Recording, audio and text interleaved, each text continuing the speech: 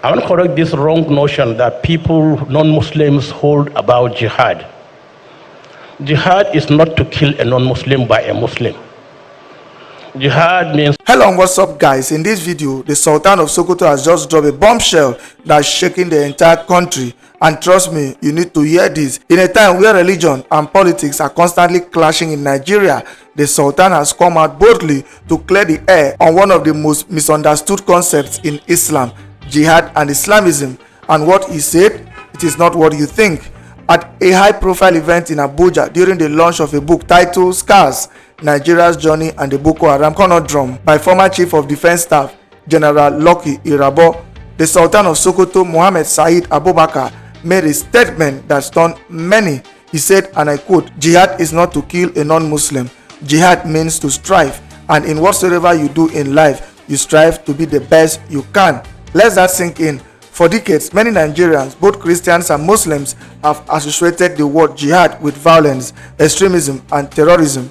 Thanks to groups like Boko Haram and ISWAP, the term has been twisted and weaponized. But the Sultan, one of the most respected Islamic leaders in Africa, says that is a complete misrepresentation. He explained that jihad simply means striving for excellence, whether you are a farmer, a teacher, a Christian, or a Muslim. Jihad is about pushing yourself to be better, not about violence, not about eliminating others, and definitely not about grabbing political power. Now, this is where things get even more interesting.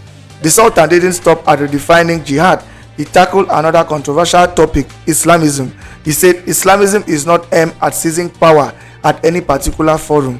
Islam is about good governance in society. Guys, this is huge. In a country like Nigeria, where religious tensions often fuel political debates, this statement is a direct challenge to the narrative that Islam is being used as a tool for political domination. Remember the fears during elections, the whisper that certain candidates were Islamizing Nigeria. The Sultan is saying, no, that's not what Islam is about. He even gave examples. During President Goodluck Jonathan's tenure, a Christian from the south, the Muslim community gave him full support. Nobody said anything negative against him. The Sultan said, that's not the behavior of a group trying to seize power. That is the behavior of people who care about good governance, regardless of religion. But wait, there is more. The Sultan also addressed a personal controversy. Back in 2019, he gave a lecture on Islam and leadership. The next day, Headline accused him of attacking President Buhari's second term bid. Why? Because he spoke about what a good Muslim leader should do and what he shouldn't do. But according to him, that wasn't political, it was spiritual guidance, and it was misinterpreted. This brings us to a deeper issue in Nigeria: misinterpretation and misinformation. Too often, religious leaders are misunderstood, their words are twisted, their intentions are questioned, and in a country battling insecurity, poverty, and division, these misunderstandings can be dangerous. The Sultan warned Nigerians to be careful with how we talk about religion and insecurity. He said, "You cannot be an extremism and then claim to be a good Muslim." That is a powerful statement, because extremism is not just about violence, it is about intolerance, about refusing to coexist, about seeing others as enemies. And let's be honest, Nigeria has suffered from this. From the Boko Haram insurgents in the northeast to the clashes in Plateau, Benue, and Kaduna, religion has been used as a weapon. But the Sultan is calling for unity. He said, "Let's come closer as one big family with different backgrounds to forge ahead to make this country a better country." Guys, this is a call to action. It is not about Muslim or Christians. It is about Nigerians, about understanding each other, about rejecting extremism, about focusing on what really matters: good governance, peace, and progress. And let's not forget the context of this speech. It came during the launch of a book that dives deep into Nigeria's fight against Boko Haram. A book written by a man who led the military during some of the toughest battles against insurgents. So this wasn't just a religious event. It was a national moment, a moment of reflection, a moment of truth. Now, some people might still be skeptical. They might say, "Isn't this just talk?" But words matter, especially when they come from someone like the Sultan of Sokoto. His voice carries weight. His message can shift narratives. And if we take it seriously, maybe, just maybe, we can start healing some of the wounds in this country. So, what do So what do we do with this? We listen, we learn, we share, we challenge the false narratives, we educate ourselves and others, because the truth is, jihad is not about violence, Islamism is not about power, and Nigeria is not doomed to be divided. There you have it, guys. Don't forget to like, share, and subscribe to this channel if you haven't already done so. Feel free to share your thoughts after watching. I recognize the President, very ably represented by the Minister of Defense, the Chief Celebrant, whom we are all here for, and his very strong, able wife, his best part, I won't say better part, his best part, the two musketeers, two presidents, one head of state, then president, one president for 5 years, one a title holder of Sokoto, and the chairman of this occasion. You are shaking your head. I recognize the book reviewer and all serving retired top military, paramilitary officers here, ably led by the Chief of Defense Staff, our Sokoto boy, General Chris Musa. I greet you in the best form of greeting. Assalamu alaikum wa rahmatullahi wa barakatuh. I don't know how many minutes I'm given because it's not stated, but even when the chairman said we should take only 5 minutes, he did not include me because he cannot give what he doesn't have. And I will take my time because this is a very, very important program in this country and in the military. And I would like to thank all of you who turned up, because the attendance here really showed how serious we are in overcoming the insecurity problem in this country by honoring General Irabo's book and being here. I've seen so many service chiefs retired. I've seen IGs. I've seen so many other people that I know honoring the invitation of Lucky. Lucky, you are very lucky that you can bring this crowd to a book launch that is so important to us. For some of us who have been in the military and are still in the military, we know the importance of your book. And when you call me and they send me the letter, I do not hesitate to accept to be part of this program because of its importance. The 5 minutes given to me by the chairman of the occasion, I will add the minutes taken by the two masters of ceremony. After each speaker has spoken, they will take about 5 more minutes to speak. So plus all the minutes Eugenia and Henry took, I will add those minutes to my own. I would like to thank the book reviewer whom we were together just some couple of days back in Sokoto with General Obasanjo at a very important program. And I would like to also try to, I'm not going to say anything about insecurity or the way to end insecurity or whatever it is. No. I want to adopt all what's been said from the beginning of this program, because these are the ways and means of resolving such issues. But what President Jonathan said, I was expecting him to make a very strong comment about how he really dealt with the issue of Boko Haram, which he used both the military and myself and other stakeholders. But maybe he decided not to, because a book is coming after that from him on how I dealt with Boko Haram issue. And let me also correct you, like I am happy to hear that the Boko Haram is not really Boko Haram, that's not their name. I'm glad to hear that from somebody who is not me. If I were the one who is saying that, somebody would say yes, because I know them. And that's not their name, because I know that they never claimed Boko is Haram.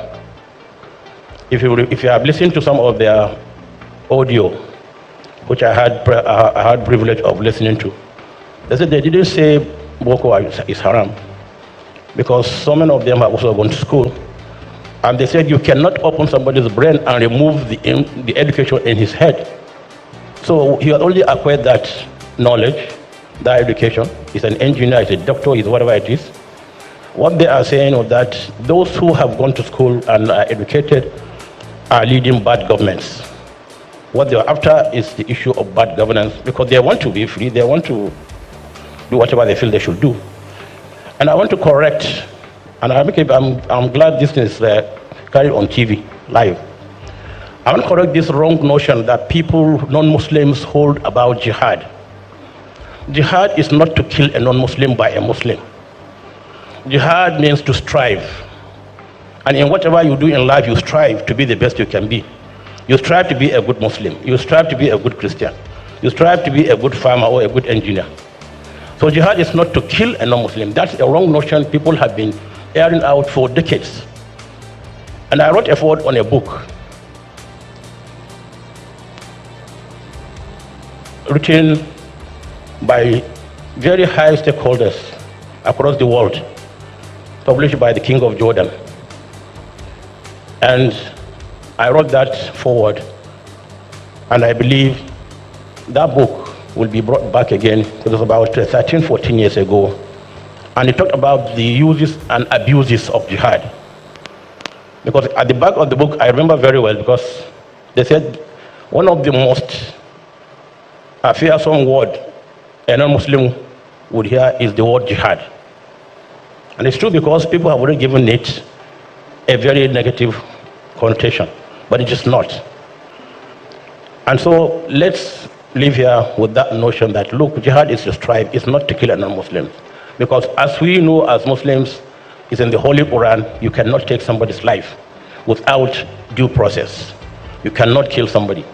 Because it said to kill a life, take a life or kill somebody, it's like taking the whole of humanity. That's without being following due process.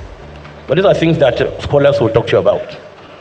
So let's live here with this notion that jihad is not to kill, because we are living peacefully with one another. I'm a Muslim and I know I'm a Muslim. If you're a Christian, you know you're a Christian. Then when we understand one another, we are better equipped to deal with one another. Because I know who you are, you know who I am. There's nothing you can do to me. There's something I can do to you.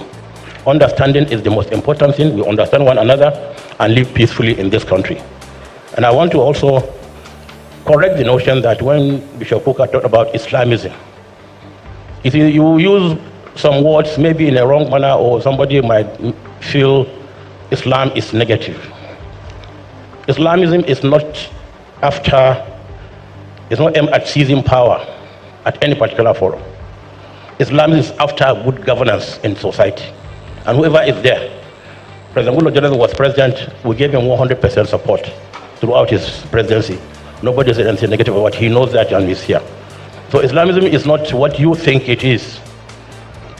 It's a wrong notion that you are bringing up here, that it's to seize power. It's not to seize power. We're after good governance.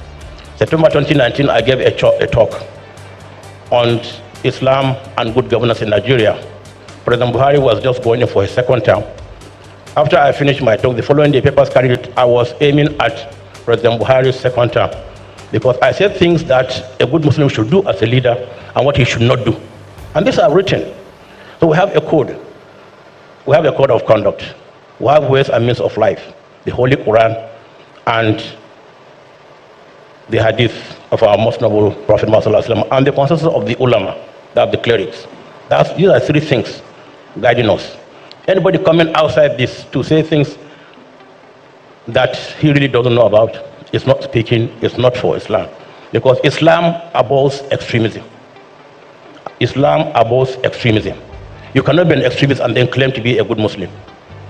So let's learn some of these issues, and then when we're talking about insecurity or security in our great country, we have to be careful in how we say things, how we present them. And another particular paper I'm talking about, I gave Bishop Kuka a copy, Islam, what Islam means in good governance. So let's come closer as one big family with different backgrounds and forge ahead to make this country a better country. Because there's nothing anybody can do about a Christian or a Muslim being who he is. Because when we are coming to the world, we didn't beg Almighty Allah to bring us into the world as Muslims or Christians or Jews or whatever it is.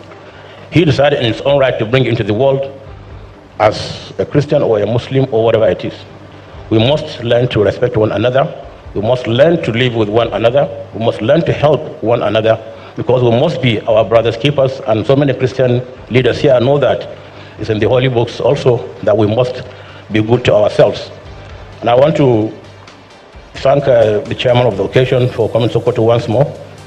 And I assure you all, we are here to do our best to help our governments at all levels, from the presidency to the states, to National Assembly, to our very gallant military officers and soldiers, because we know what they are doing, we know how they are doing things in a very difficult manners, because I'm a privileged person to sit with them always to discuss what they do, from the CDS down to the service chiefs, and we exchange notes. So people that you sit together with and discuss, you can never be against them. So I count myself as one of them, and I'll forever be one of them, because let me correct people, generals don't retire. Because when you start calling a Rabo general retired, no, he's not retired. He's a general and a first-star general. If Rabo wears his uniform now and march into the field, he'll be fighting insurgents. You can see him how smart he is. So generals don't retire. But I want to commend our armed forces. You are there doing the difficult one for us. And we thank you, and we continue to pray for you, to urge you to continue to do your best. Don't look back. Forget about the comments of other people, the not so good people that always see you as government tools. You are not government tools, you are national tools. You are not for president or governors or whatever. You are for the nation.